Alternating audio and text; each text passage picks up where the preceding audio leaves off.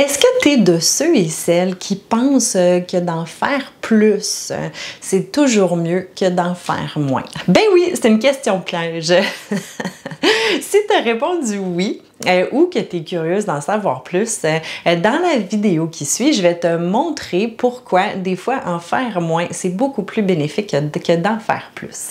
Avant tout ça, si tu n'es pas déjà abonné à ma chaîne YouTube, je t'invite juste à faire un petit like, à t'abonner. Ça m'encourage tout le temps, puis ça m'aide à en faire plus pour vous, à vous en donner plus. Je me présente, mon nom c'est Dominique Rainville, je suis kinésiologue et kinésithérapeute. Mon objectif dans la vie, c'est vraiment pas compliqué, c'est de te donner le plus de trucs possible pour que tu puisses continuer à utiliser le mouvement dans ton quotidien sans que ça ait l'air d'une grosse montagne et surtout pour améliorer ta qualité de vie et la garder le plus longtemps possible. Alors, est-ce que d'en faire plus, c'est toujours mieux? La réponse, c'est non. C'est quelque chose que je vois souvent, que les gens se disent, il faut que je fasse beaucoup d'exercices pour voir des changements. Et puis, malheureusement, avec cette philosophie-là, arrive souvent un cercle vicieux, que moi j'appelle le fameux cercle vicieux de la douleur. Ce qui arrive souvent, c'est qu'on en fait beaucoup, on s'écoute peu, parce qu'on doit en faire beaucoup, et puis là, le corps va réagir, ou le corps réagit, mais on continue quand même en espérant que ça passe, pour que éventuellement notre corps nous crie. Hey, c'est mieux que tu arrêtes. Et là, ce qui va arriver, c'est qu'on va arrêter et on va se décourager. La motivation sera plus là et puis, t'en vient ce qui arrive. Ben, on arrête et puis on a perdu tout ce qu'on aurait pu gagner. Ce que je te propose, c'est de voir les choses un peu différemment.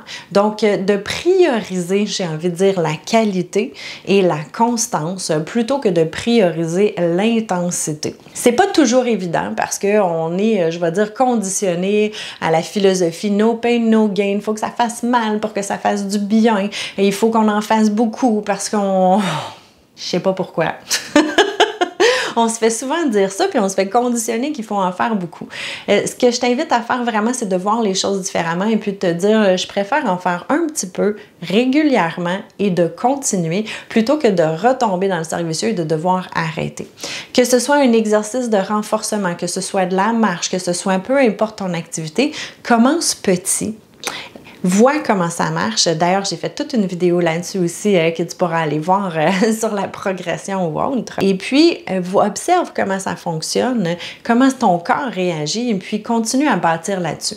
Moi, je trouve personnellement que c'est toujours plus motivant d'en ajouter plutôt que d'en enlever. C'est plus motivant de commencer petit, de se bâtir une habitude, de se bâtir de la confiance, de se bâtir de la force et de la mobilité au fur et à mesure et d'en ajouter, plutôt que de commencer très grande puis de se décourager d'en enlever, de se dire « Oh mon Dieu, là, je suis donc bien pas bonne, il faudrait bien que j'en... Oh non, là, de l'enlever pour finalement arrêter. » Donc voilà, j'espère que cette vidéo-ci t'aura convaincu que ça vaut la peine de travailler la qualité et la constance dans le mouvement plutôt que de l'intensité. Si cette vidéo-ci t'a plu, n'hésite pas à me faire un petit pouce pour m'encourager. Si tu penses que cette vidéo-ci pourrait être intéressante à quelqu'un dans ton entourage, n'hésite pas à partager. Et si tu cherches des petits exercices simples pour commencer justement ta routine et bâtir au fur et à mesure, je t'invite à télécharger mon guide d'exercices en cachette. C'est complètement gratuit. Ça va te donner des idées d'exercices à faire dans ton quotidien quand même personne ne peut le voir que tu fais des exercices.